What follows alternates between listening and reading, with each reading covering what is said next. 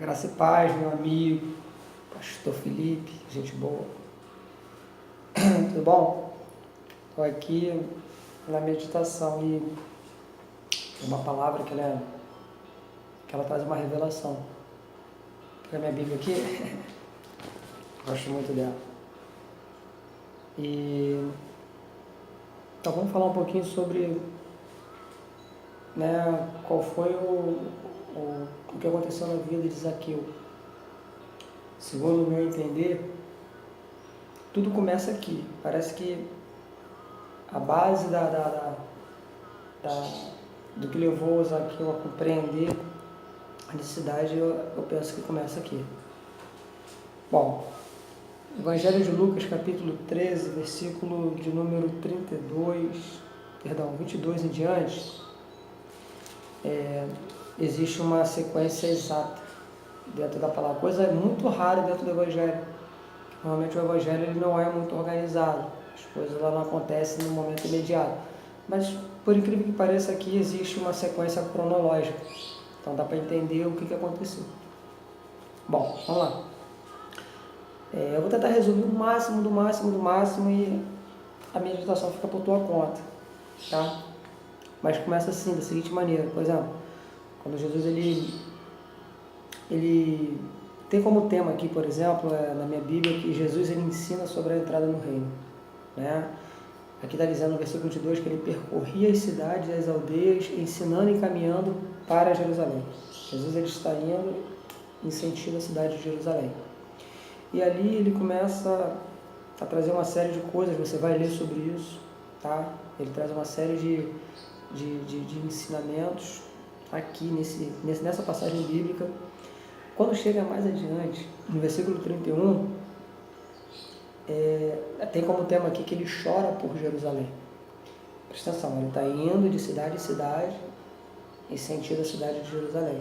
Só que aqui no versículo 31 diz assim, olha só, naquele mesmo dia, depois que tu ler, tu vai entender. Naquele mesmo dia chegaram uns fariseus dizendo-lhe, sai e retira-te, porque Herodes quer matar-te. Aí ele respondeu, olha, ide dizer àquela raposa, eis que eu expulso demônios e efetuo curas hoje, amanhã e no terceiro dia sou consumado. Importa, porém, caminhar hoje, amanhã, no dia seguinte, e assim foi. Jesus ele começa a falar aqui e de repente ele declara, Jerusalém, Jerusalém, que mata os profetas, quantas vezes quis eu, como a galinha, juntar vocês debaixo das minhas asas. Ele declara, tem um sentimento por Jerusalém, ele chora por Jerusalém. Olha só, os fariseus aqui estão convidando ele a tomar um novo rumo, um novo sentido. Ele está indo em direção à cidade e ele é convidado a retornar com a desculpa de que Herodes quer tirar a tua vida. Não existia preocupação nenhuma dos fariseus em relação à vida de Jesus, muito pelo contrário, entendeu? Estavam muito preocupados mesmo com a sua posição. Quando Jesus passava, cara, deixava um rastro e quem era líder, cara, era totalmente desmoralizado pela sua ética, entendeu? Porque Jesus, como homem, ele era uma pessoa totalmente pura e colocava a liderança aos olhos da população. Olhavam para Jesus, olhava a atitude dos líderes, pegava mal com os líderes, entendeu? Aí no capítulo 14, aí Jesus ele cura um homem. Por quê? Presta atenção. Versículo 14 diz assim, presta atenção, ele está indo em Jerusalém, daqui a tudo é sequência, está indo para Jerusalém, ele é convidado a retornar. Ele se lamenta pela cidade e retorna. O capítulo 14 diz que ele, num sábado, entrando na casa de um dos principais dos fariseus, olha o que ele faz. Ali, ele é convidado para ir na casa de um dos principais, está tendo ali uma celebração, está tendo um momento de celebração, onde tem um monte de pessoas reunidas, convidados, e ele é convidado para ir na casa de um dos principais dos fariseus. Chegando lá, ele declara logo, entendeu? Acerca do sábado, se era lícito ou não, curar no sábado, deu a entender logo de cara, logo no evento da casa de um dos principais dos fariseus, acerca da cura de um homem. Chega mais à frente, ele começa a ensinar, entendeu? Começa a falar algumas coisas em relação a parábolas e de repente olha só o que ele faz. Ele está na casa de um dos principais dos fariseus, convidado com seus, né, existe uma série de convidados, tá, os discípulos ali, e de repente ele direciona agora a palavra para os convidados. Olha, vocês que desejam os primeiros lugares, tal, entendeu? Ele explica que os derradeiros seriam os primeiros seriam os derradeiros, e daqui a pouco ele direciona a palavra para quem o convidou. Repara bem na passagem. A mensagem, ela alcança todo mundo ali naquele momento. Primeiro ele fala sobre os convidados, depois ele fala o seguinte, e dizia também o que tinha convidado ele. Primeiro ele fala para os convidados que não era para desejar os primeiros lugares, né? Está dando um grande exemplo. Depois ele chega para quem convidou ele e fala assim, olha só, quando der um jantar ou uma ceia, não chame os teus amigos, os teus irmãos, os teus parentes e os vizinhos ricos, porque para que não suceda que também eles se tornem a convidar. Ele ensina a pessoa que o convidou, quando for convidar, não convidar somente as pessoas que pudessem dar um retorno. Olha a lição de moral que ele está dando ali para os convidados, para os discípulos e para um dos principais dos fariseus. Rapaz, ele está dando a entender que para convidar os pobres, convidar pessoas que não tem como dar retorno, entendeu? Ali começa a nascer, entendeu? Uma esperança para um novo público. Preste atenção no foco. Por quê?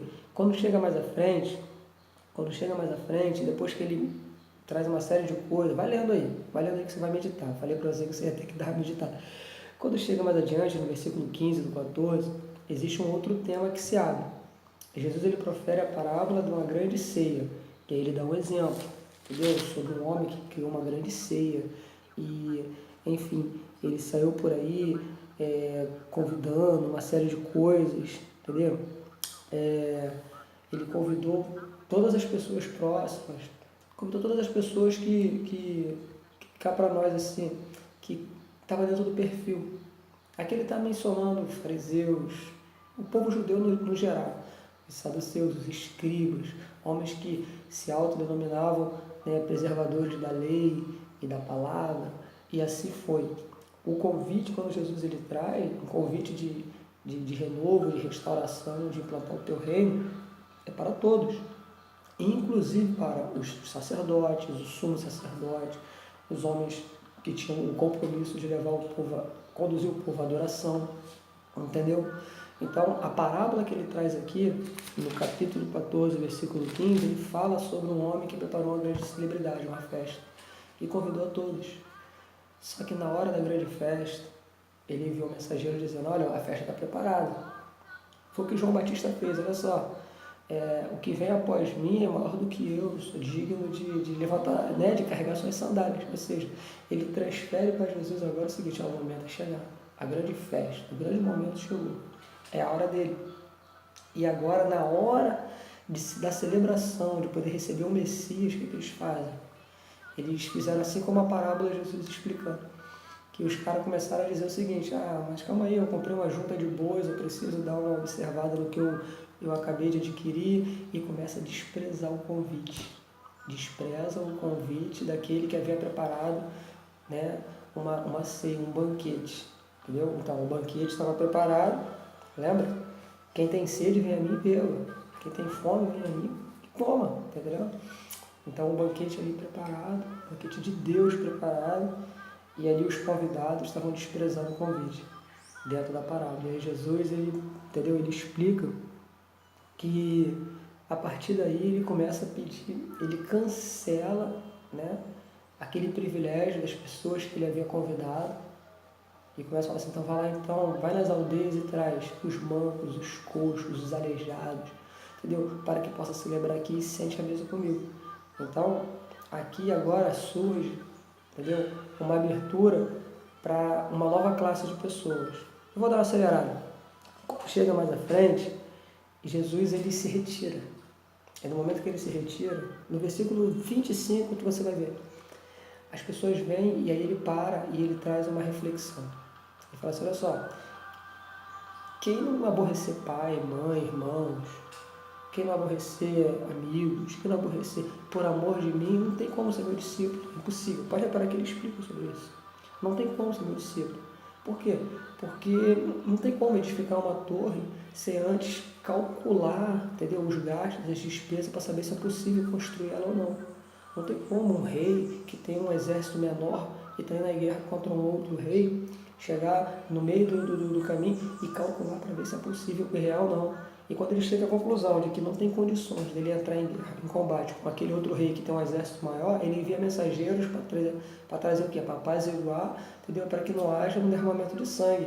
Assim é todo aquele que quer ser meu discípulo. Vocês têm que olhar para dentro de vocês e precisam enxergar se existe dentro de vocês um verdadeiro propósito. Entendeu? Ele está falando para aquelas pessoas ali.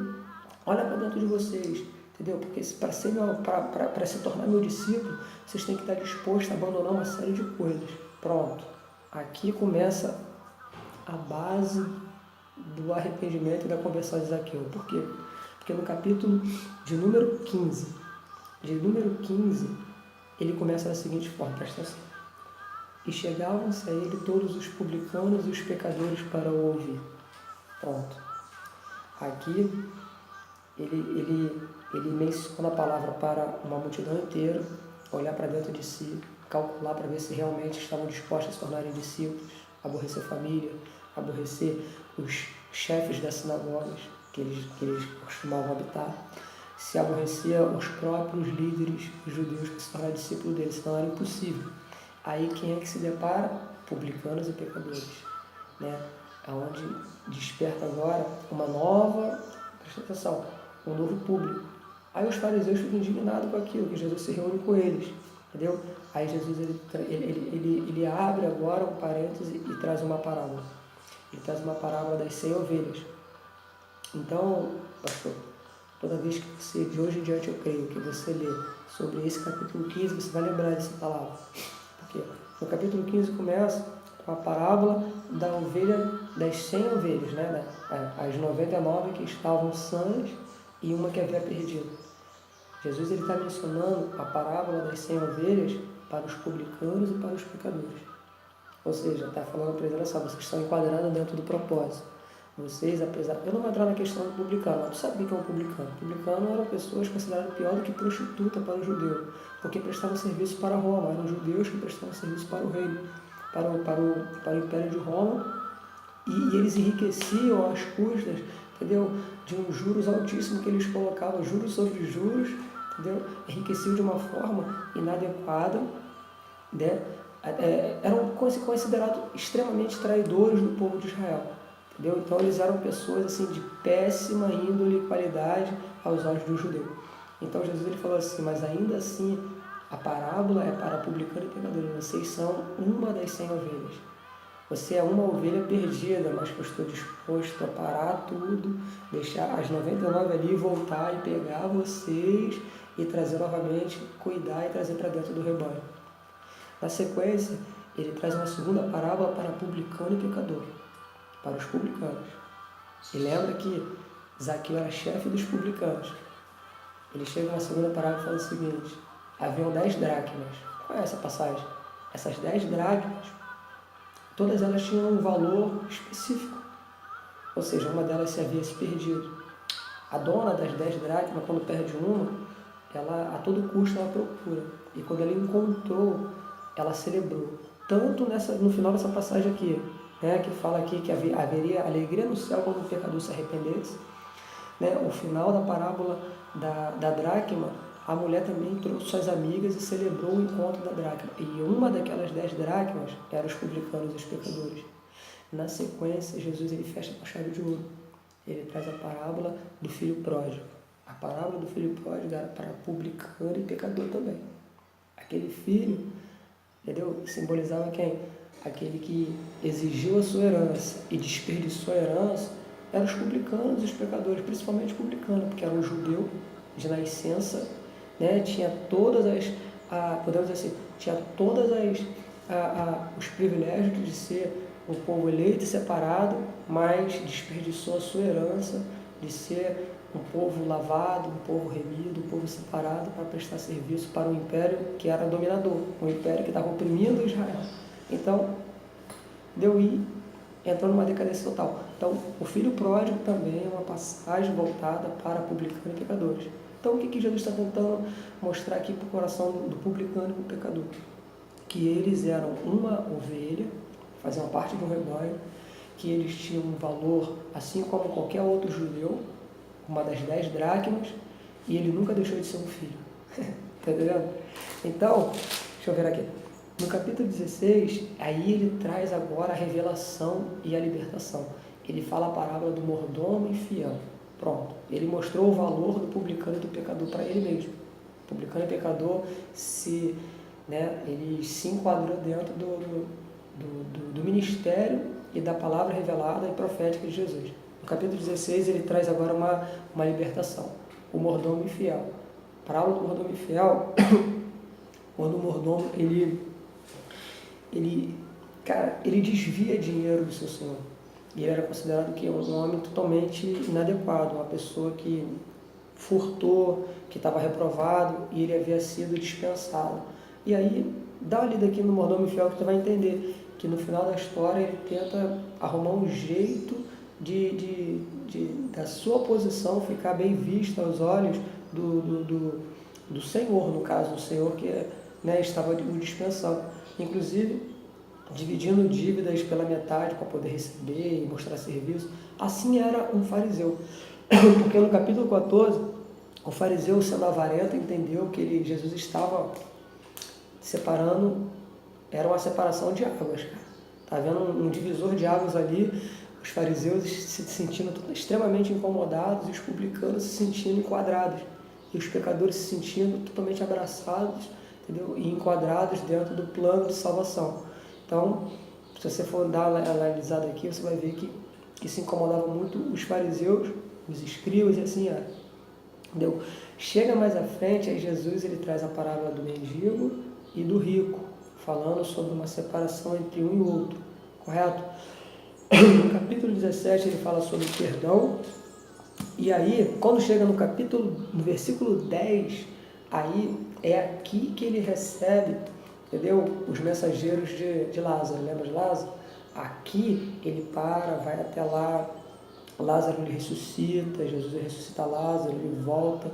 Essa mensagem, eu vou até cortar aqui, mas essa mensagem, lembra que eu falei no áudio que Jesus ele foi acusado de um falso profeta? Essa mensagem chegou aos sacerdotes, entendeu? Mas aí, resumindo, voltando aqui, quando ele volta daquele grande milagre de ressuscitar Lázaro, na sequência exata, acontece o que está aqui no versículo de número 11 de Lucas 17. Ele se depara com 10 leprosos e cura os 10. Cura os 10, e qual é a mensagem que Jesus dá? Depois de ter ressuscitado Lázaro, depois de ter ensinado uma série de fatores aqui, para publicano, pecador, para fariseu, para escriba, para os principais. O que ele faz? Quando ele, depois daquele cenário todo, que ele vai até lá e prova que ele é o Senhor e que ele tem poder sobre a morte, de ressurreição, ele volta e se depara com 10 leprosos.